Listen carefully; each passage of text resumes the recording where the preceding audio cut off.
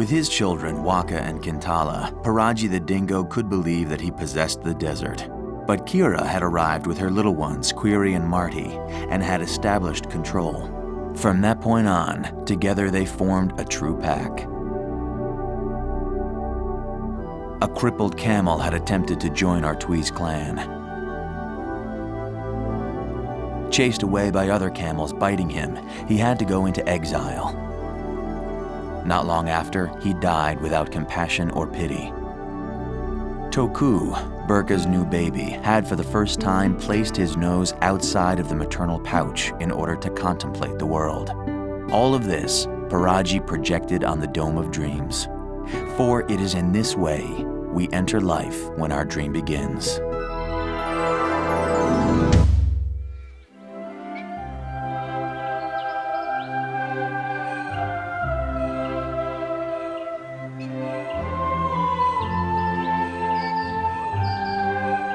With kangaroos, to grow up is to lose one's house, this soft maternal pouch where one spends the first 10 months of one's life.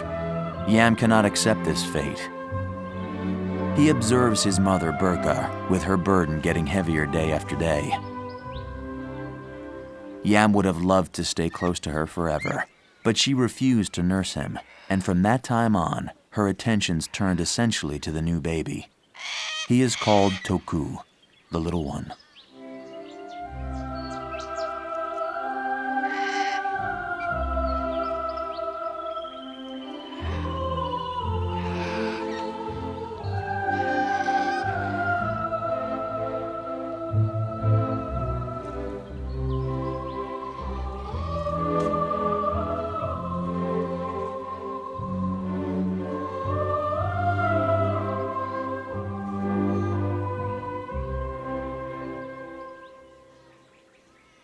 It will take time for Yam to accept that another, a brother, has taken his place.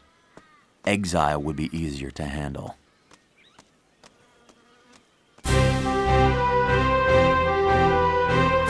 Real exile, which lasts for centuries, some others know well. They run freely in the outback, the red heart of Australia.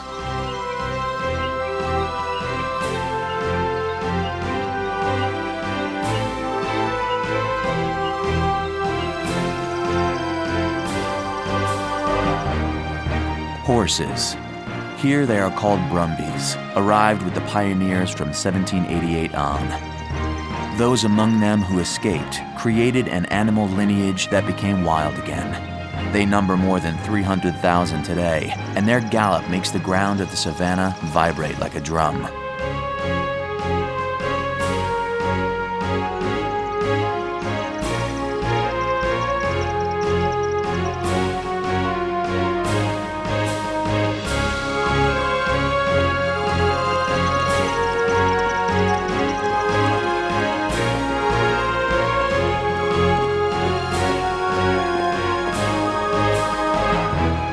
Although being adapted to the conditions of life in this arid place, the brumbies need water and pastures all year long. The short supply of these is approaching with the dry season and forces them to wander the savannas, devastating everything on their way.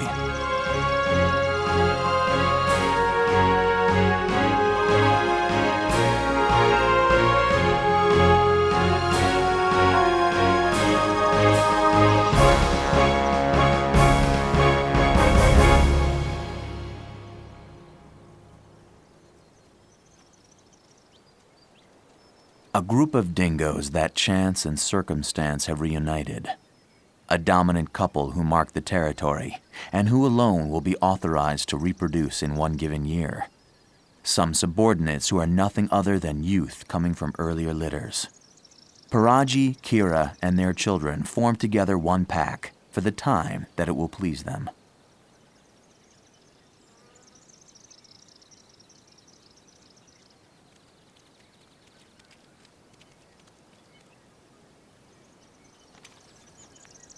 Kira, the female who came from nowhere, imposed herself on all except Kintala, Paraji's son.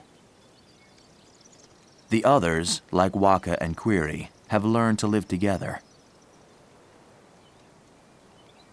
Kintala's nose suddenly detects the odor of a stranger. Although the Brumby is isolated, its mere presence irritates Kira, and soon the other members of the group will rush forward onto its path.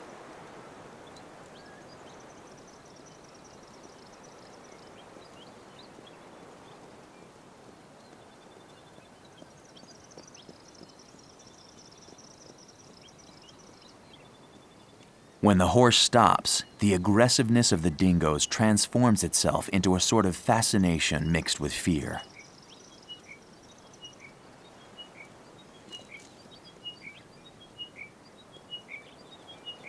Kira, the most courageous, guesses that the horse could kill her with a kick from its hoof.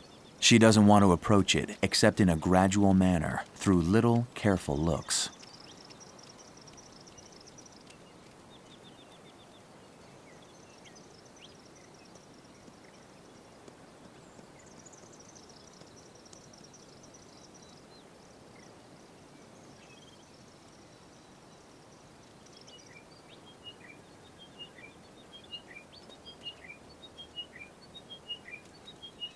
Attentive and impressed, Kira's kin prefer to see the Brumby from afar, still giving in to curiosity and to the thrill of danger.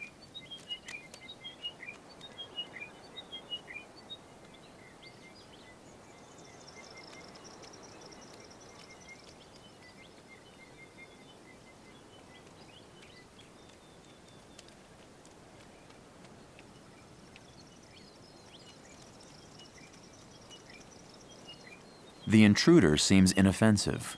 Kira has tested it. Now the other dingoes can move closer. But it's Kintala who first will be wandering around the hooves of the unknown.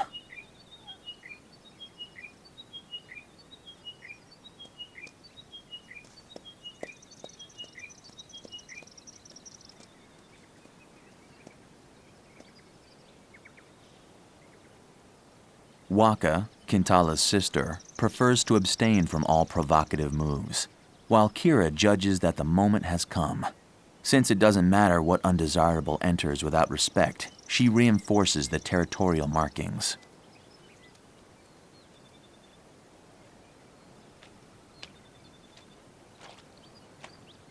Without a doubt, the intruder has been expelled from a herd by a stallion because he started to covet the females in heat. The banishment and normal dating practices are reserved for young males when they reach the age of 2 years. Later, during his wanderings, the young wild horse will run into some other exiles with whom he can associate. Then perhaps he will be reunited with his own harem and be able to finally satisfy his sexual appetite.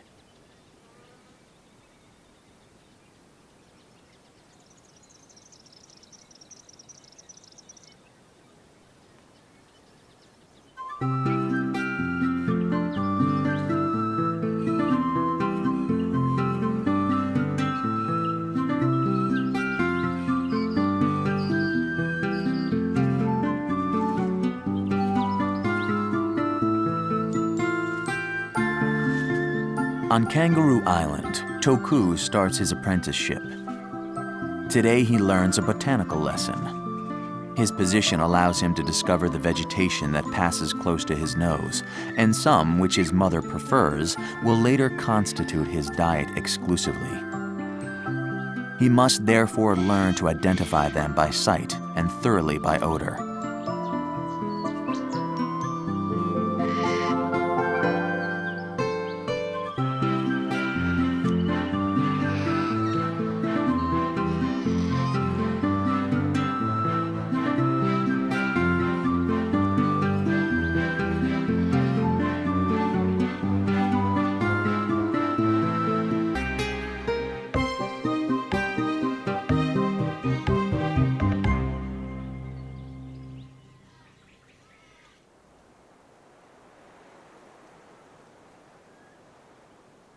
Some areas which are still green have provided an escape from the dryness of the Great Savannah. This is why so many nomads jostle with each other in this season. In particular, the sudden emergence of an unknown camel is going to disrupt Artui's herd, who occupied the territory before him. Artui, the giant red, has captured a suspect odor. The intruder shows himself by drooling at the mouth. This can indicate his desire to impose himself over the troop, even by force. Artui doesn't want this and places himself behind him to show him the way to hit the road.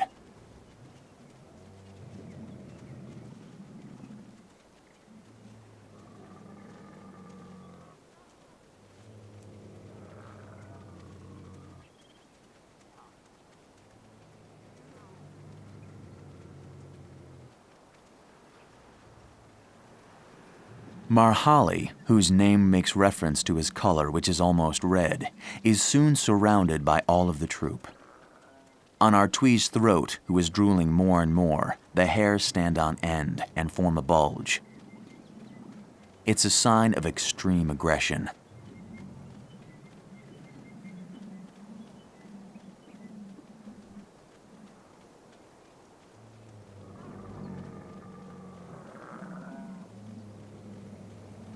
While Marhali has already run away and shown his weak point, the young males rush to help in the victory and harass him by running very close to his legs.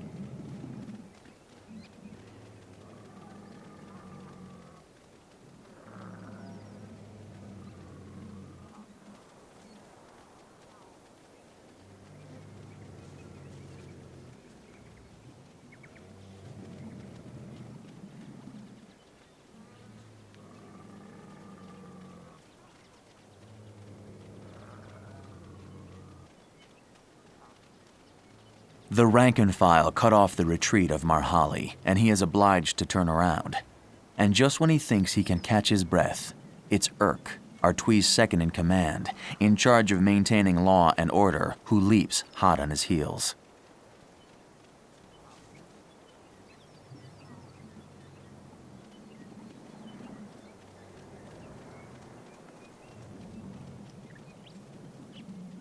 Marhali is conquered in front of the wall formed by his adversaries. But this is not enough for Artui, who intends to guard him himself until the stranger departs.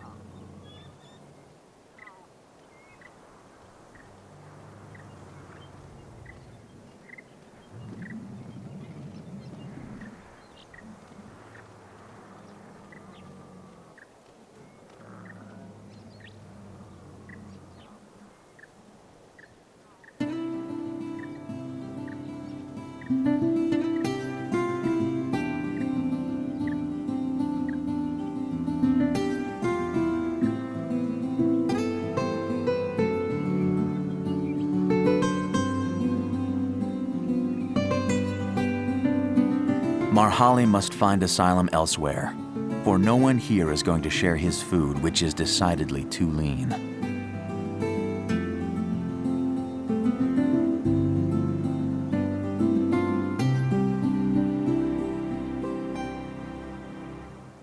Artui will be there to welcome the prowler, because he's got to see if the intruder will succumb to temptation and try again.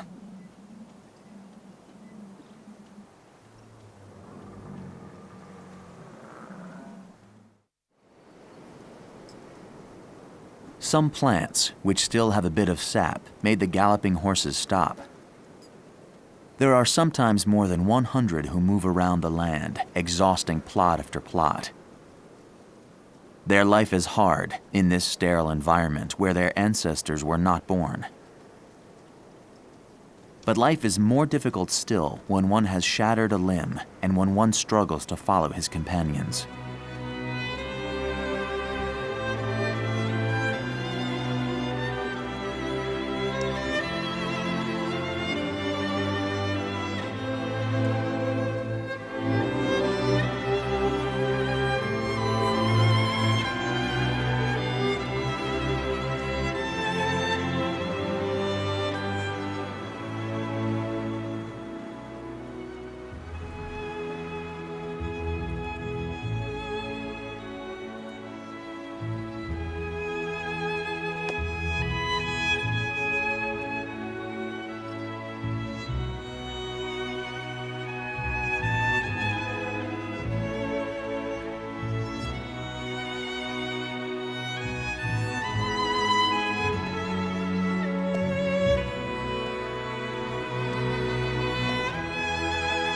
Utene, whose name signifies the wounded one, has recently regrouped with his own herd. He dominated his mares. They were his harem. Each colt to be born would have carried his genes. But in the crash of the stampede, the escarpment was reduced to dust under his hoof, dragging him to his collapse. Since this day, Utene has become no more than a phantom, a sigh, a groan.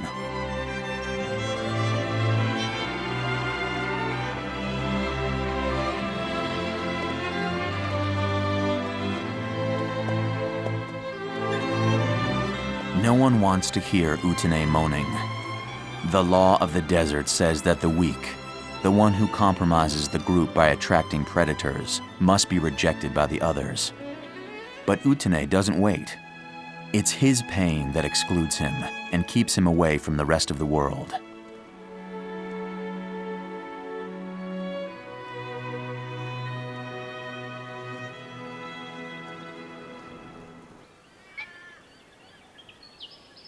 Pogo would like it if his mother would stop being preoccupied by her suitors and take an interest in him a little.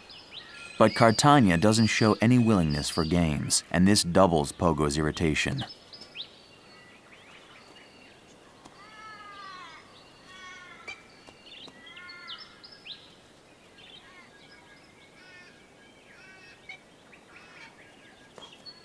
Tapping his feet doesn't change anything. Cartagena refuses to box.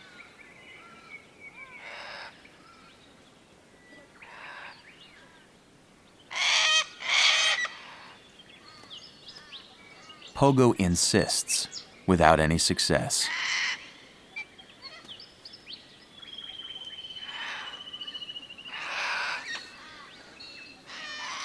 Cartagena tries to calm her son down by brushing against him with her nose.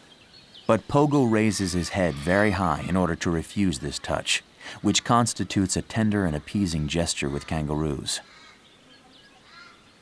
Cartagena wants to show herself to be conciliatory, but these attempts smash on a rail of humiliation and anger.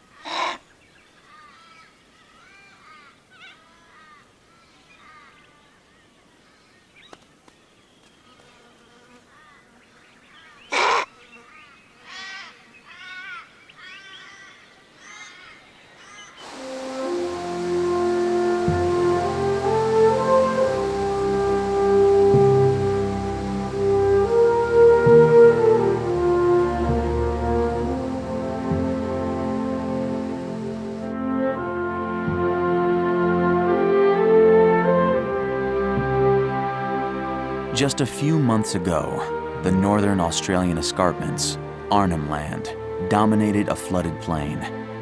Today, it's a tender garden where the excess waters have withdrawn.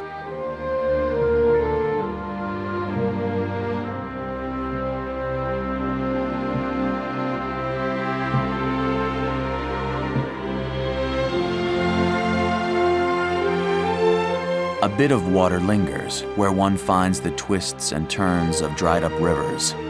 It forms the reserves that we call billabongs, and that will stay wet until the next monsoon.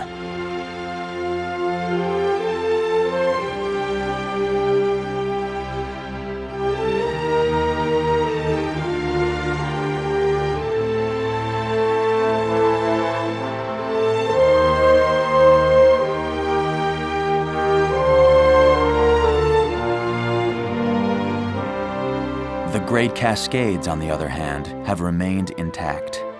Their flow never ceases, although Australia is globally the driest inhabited continent in the world.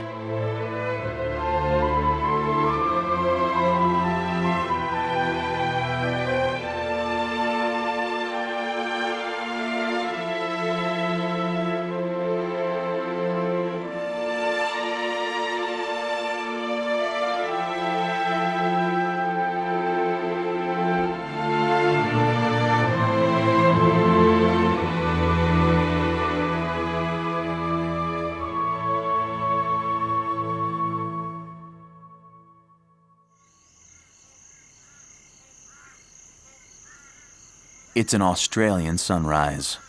Some birds weave pale blue threads in order that the day begin.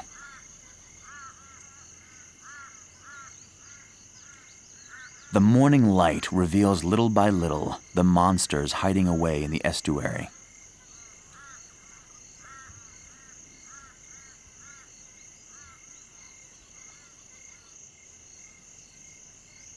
It's the hour of bustling about. Behind a grass curtain, individuals who grumble, dig, rummage about, and scratch their hide.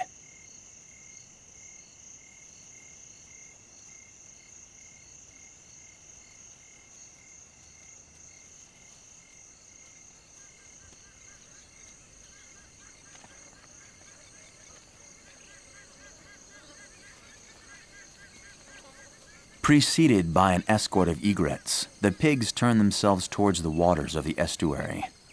They point their snouts towards the ground in order not to miss swallowing a frog or an unfortunate lizard who might cross their path. Some bulbs, some eggs, some roots can also fill them up. The pig is an omnivore. An insufficient supply of intestinal bacteria limits the amount of cellulose in his diet and stops him from eating only vegetation. He must also have water in abundance to drink and to bathe in.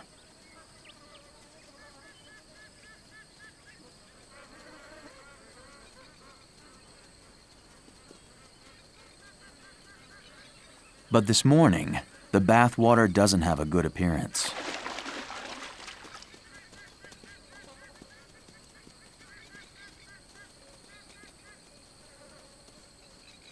The herd has escaped. The pigs fear the crocodile. They are, nevertheless, legendary killers, capable of finishing off an adult kangaroo or even a young buffalo. Their dark victory makes an evil shadow that tears up the prairie, a taker of souls. Neither the naivete of the white ibis nor the purity of the egret, which defies the dragons of the estuary, would know how to conjure up the spells of the cursed boar.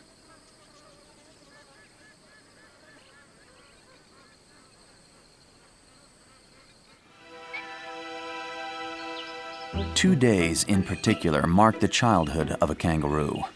One when he must be born, and the other when he must walk. Several months separate one from the other. Today for Toku, Burka's son, the time has come for him to make contact with solid ground, and to discover that the world doesn't tenderly welcome clumsy little kangaroos.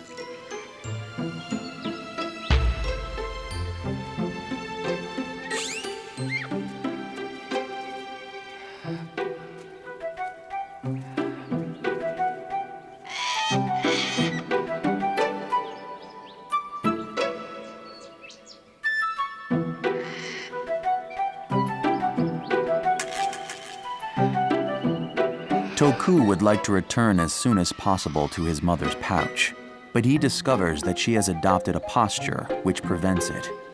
It's she, and only she, who will decide the rest period.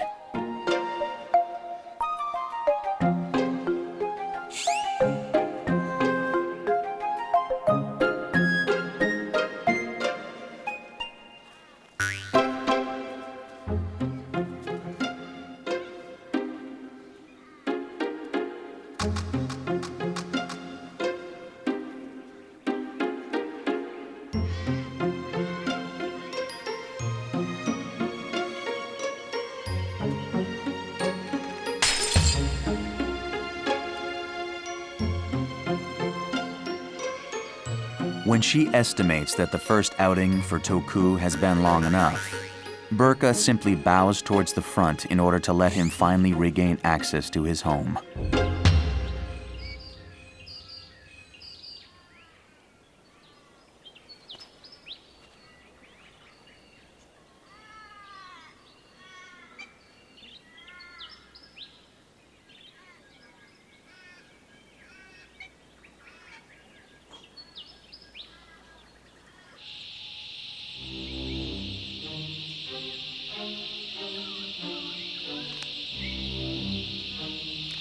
In the suffocating tropical heat of the north, a royal spoonbill explores the mud of the marsh.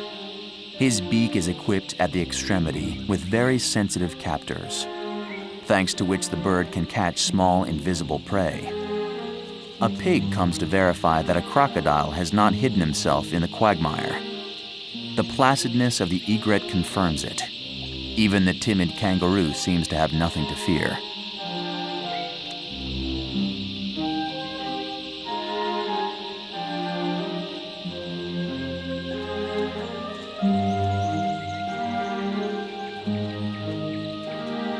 The herd rejoins its scout. It regroups itself around the basin of mud that has developed because of so many baths taken each day at the same spot. We also call the pig the razorback because of the cartilaginous shields that reinforce the back of the adult male.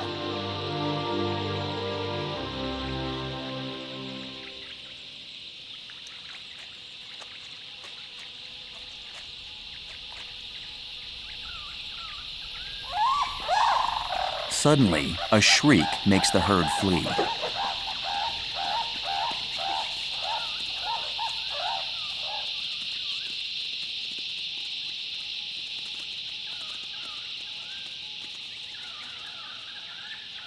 The razorbacks find themselves once again on the banks of the neighboring pond, which offers the young a playground. The older ones scour the grass with the tip of their snouts and find trees upon which they can satisfy their itch.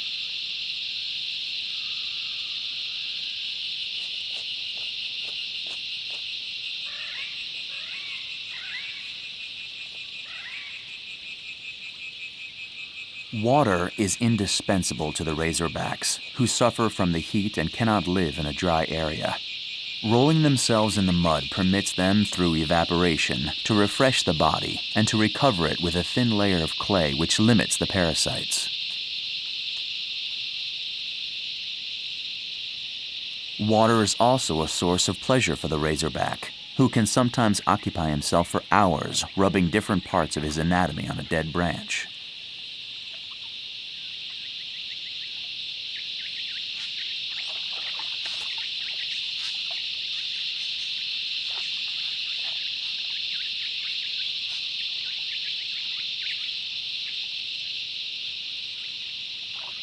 For lack of a free place in the mire, the razorback must be content to dig a hole in the ground before lying down in it.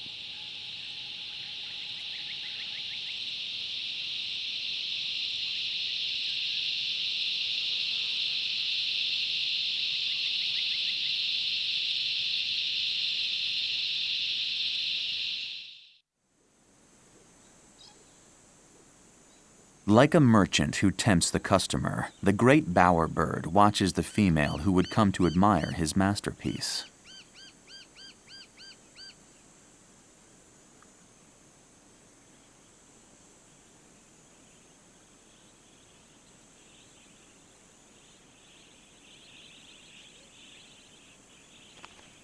The bird has built a complex installation situated very precisely in the middle of a type of arena.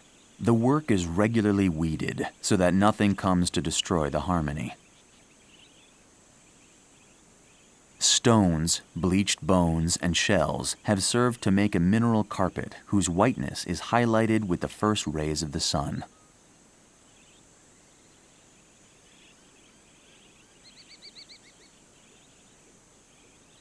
This covering of earth acts as a square for a construction called a cradle. Each side perhaps is made from more than 3,000 twigs tightly woven together. The arch is just large enough so that the body of the bird can slide through it.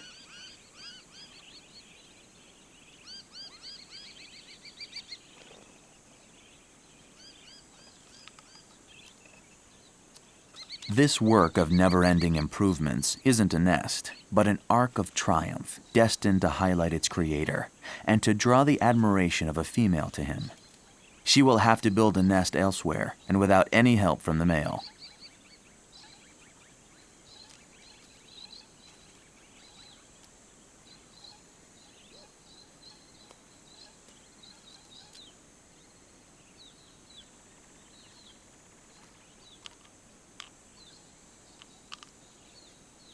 The great bowerbird is a relative of the bird of paradise. He dedicates almost all of his energy to his architectural activities. This prevents him from assuming the responsibilities of educating the young. The female can do it alone. The great bower generally is polygamous. Immediately after mating, he returns close to his work in order to wait for another admirer.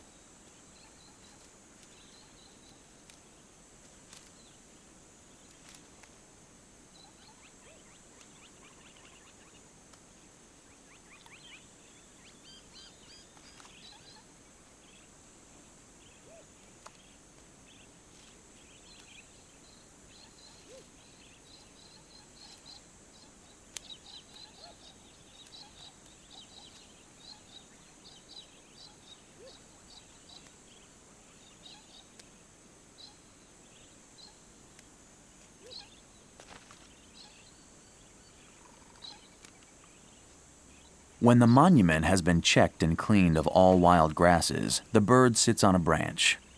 The pink feathers around his neck stand on end, forming a vivid mark capable of attracting attention.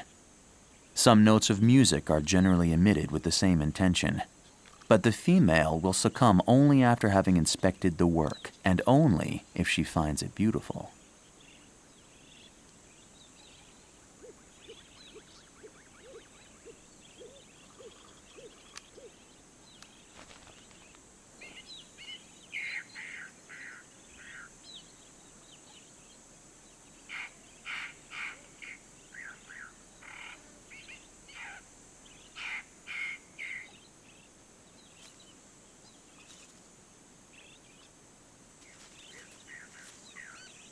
Even though few animals produce this work, whose objective is nothing more than pleasing the public, the great bower is only obeying his instincts. It's the same for the Mertens water goanna, who surveys the rock seeking a little water where he can bathe. He loves to swim, and the gradual drying of the marshes force him to walk on dry land more times than he would like.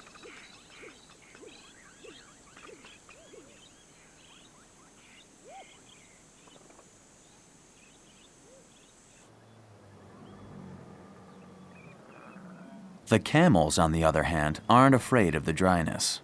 For them, it's time to be in heat. Every male sticks his nose in the hindquarters of a female. He inhales the odors, keeps them as long as possible in his nasal passages, and savors them like a gourmet. Sometimes, one of them exhibits his vocal flap, a balloon of flesh formed by the swelling of a part of the palate.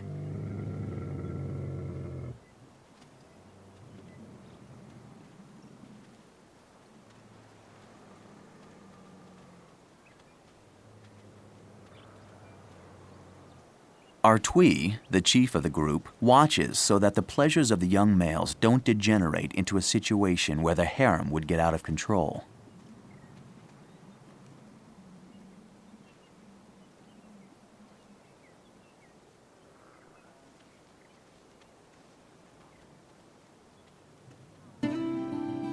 Marhali, the solitary male who seeks asylum, would also like to participate in the festival of the perfumes. But the young Urk gives him a look, and that dissuades him.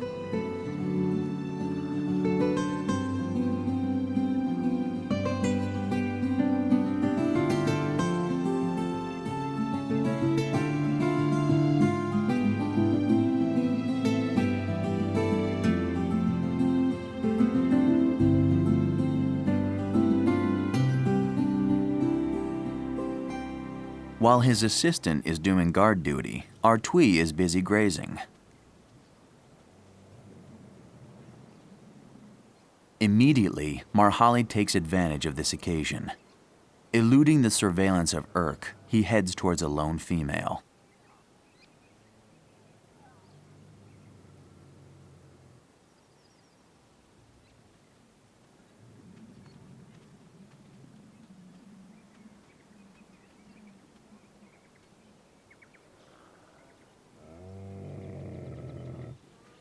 He won't get past the watch of Artui that easily, who comes to take charge of the situation.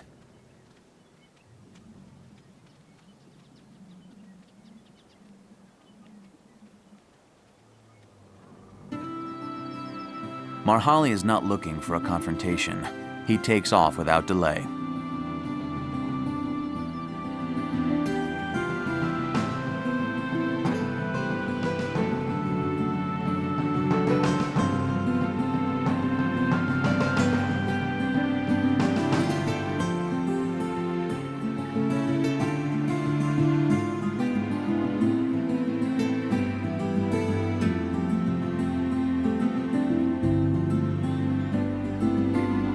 All is back in order. Marhali will not take his part in the sweet perfume of the females, musk and grease, amber and sweat.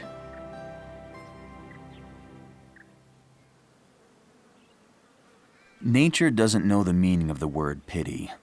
It doesn't have any trials of compassion towards those born weak, sick, or alone, or who have become that. A black mare observes Utene, who once was her master until a fracture reduced him to impotence.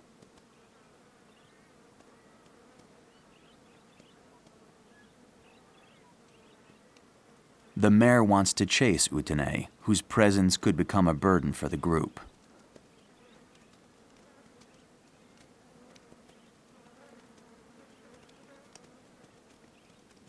Another pursues him more aggressively, replacing the females. It's the new stallion. He's taken over the position that Utene had left open.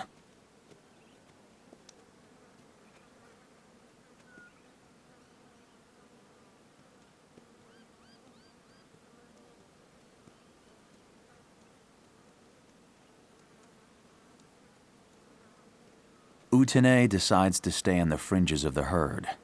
In the group, only one red mare looks at him with a little bit of sympathy.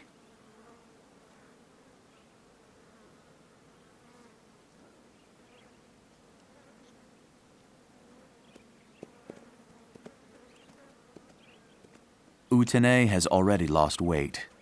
His protruding sides show up under the light of his coat. No Brumby could survive a similar handicap in the Great Red Desert. Again, the black mare takes to the chase and stops, certain that the runaway will not attempt to come back towards them.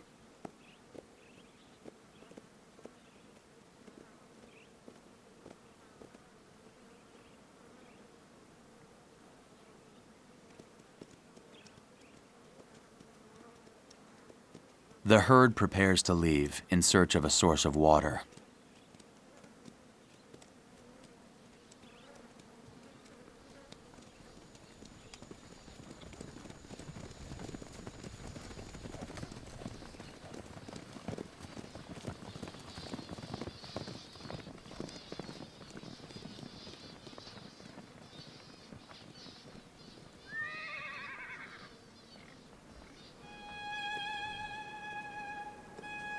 Utene will stay alone in this great empty plain where he will never gallop again.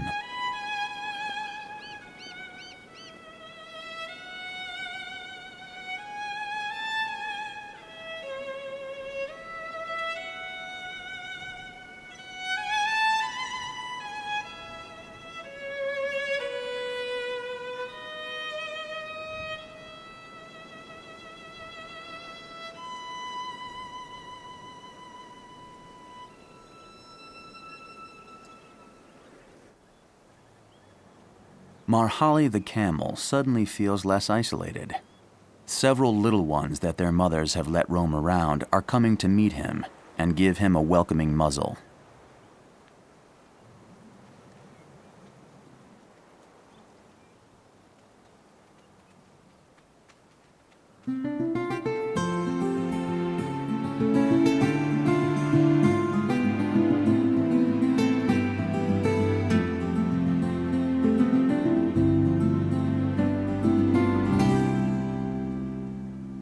The meeting finishes too soon because an old hostile male enters the scene to put an end to this approach.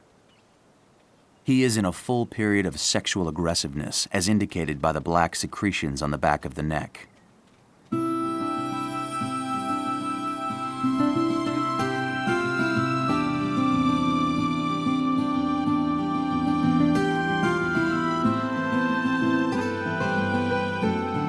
Excluded once again, Marhali bides his time. He will reattempt his chance as often as he must.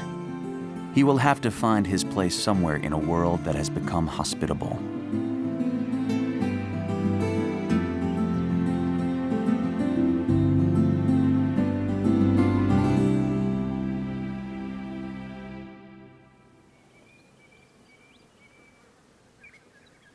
It seems to come from the soil, at the same time as the heat is rising, a general aggressiveness. Kakalak, the brown serpent with the black head, has left his burrow in order to search for a female.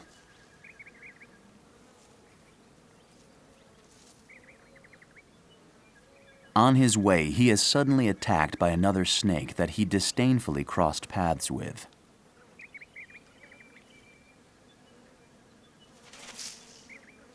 Surprised at first, Kakalak prepares himself for combat. The adversary is a male of the same species, although you might not believe it because of the paleness of his skin.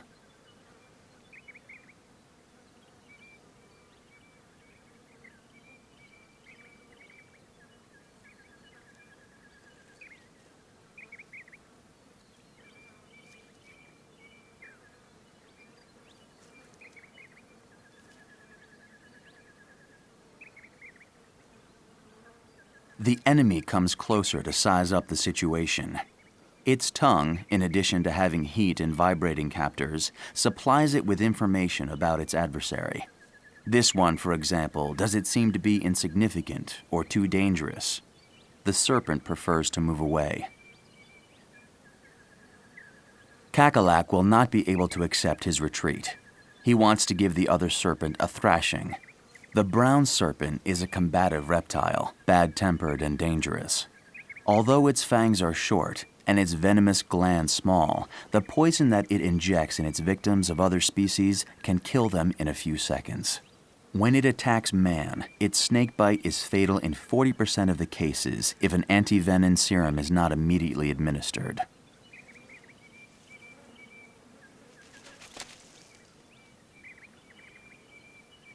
The enemy took the advantage. Kakalak must at all costs capture him and retaliate.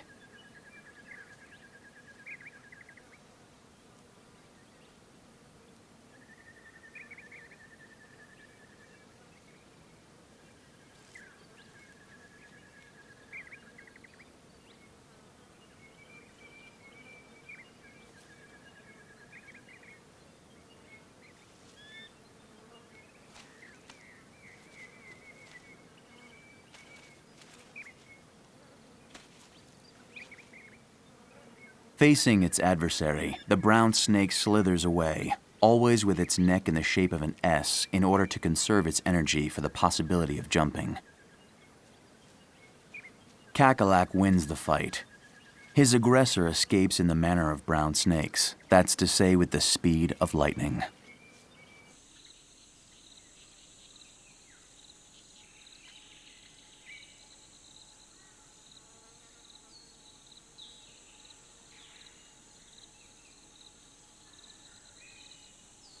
The three little razorbacks moved away from the herd in order to explore the environment. They search for good fortune or a little clear water to lick from the rocks.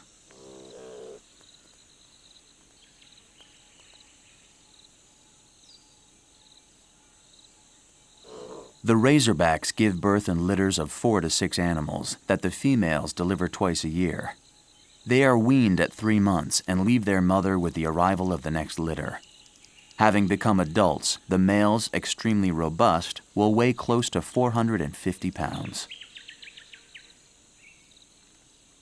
One of the young razorbacks is late and looks for his brothers. Perhaps they have, in his absence, placed their noses on some delectable nourishment, like the cadaver of a bird or a dead rat kangaroo.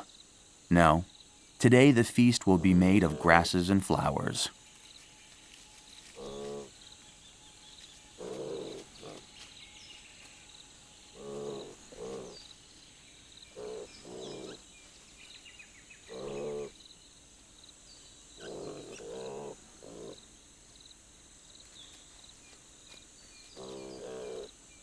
A little further away, the razorbacks inspect a mysterious object on which they might find something familiar.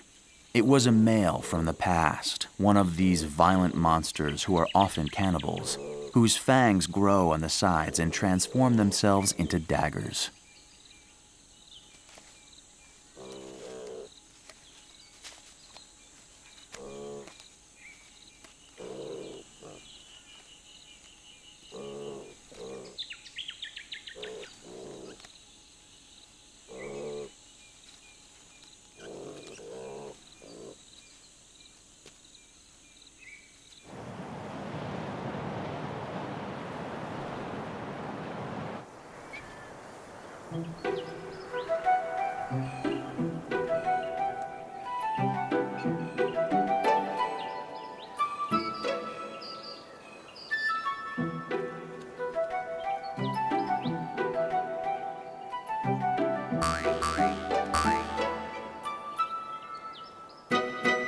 Toku, the son of Burka, has become trained.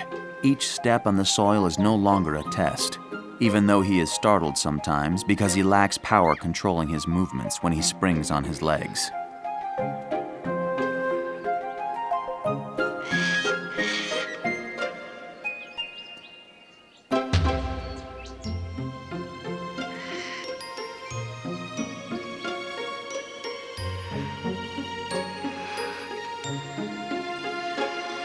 Toku is not discouraged by anything. Already, birth was a terrible effort.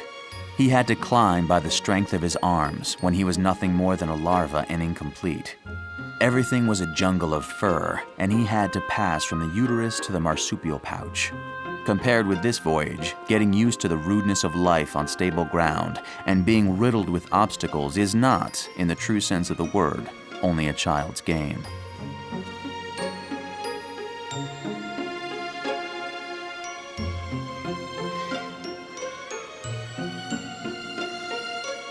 Toku knows now that only his mother will choose when to offer him her pouch. She will decide when the time is right. It will accomplish nothing to insist. It's better to continue exploring the universe.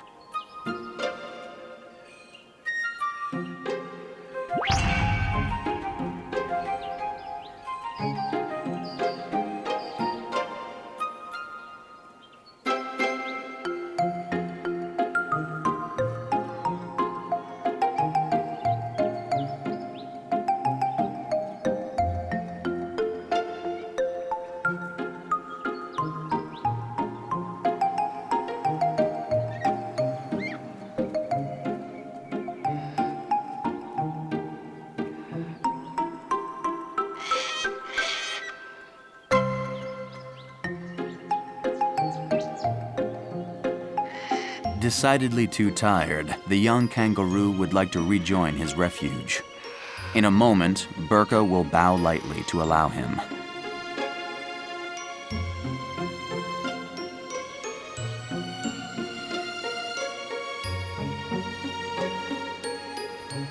Then she will stand up again in order to observe the ocean, rumbling as though we could believe that it will forever protect the island of the kangaroos.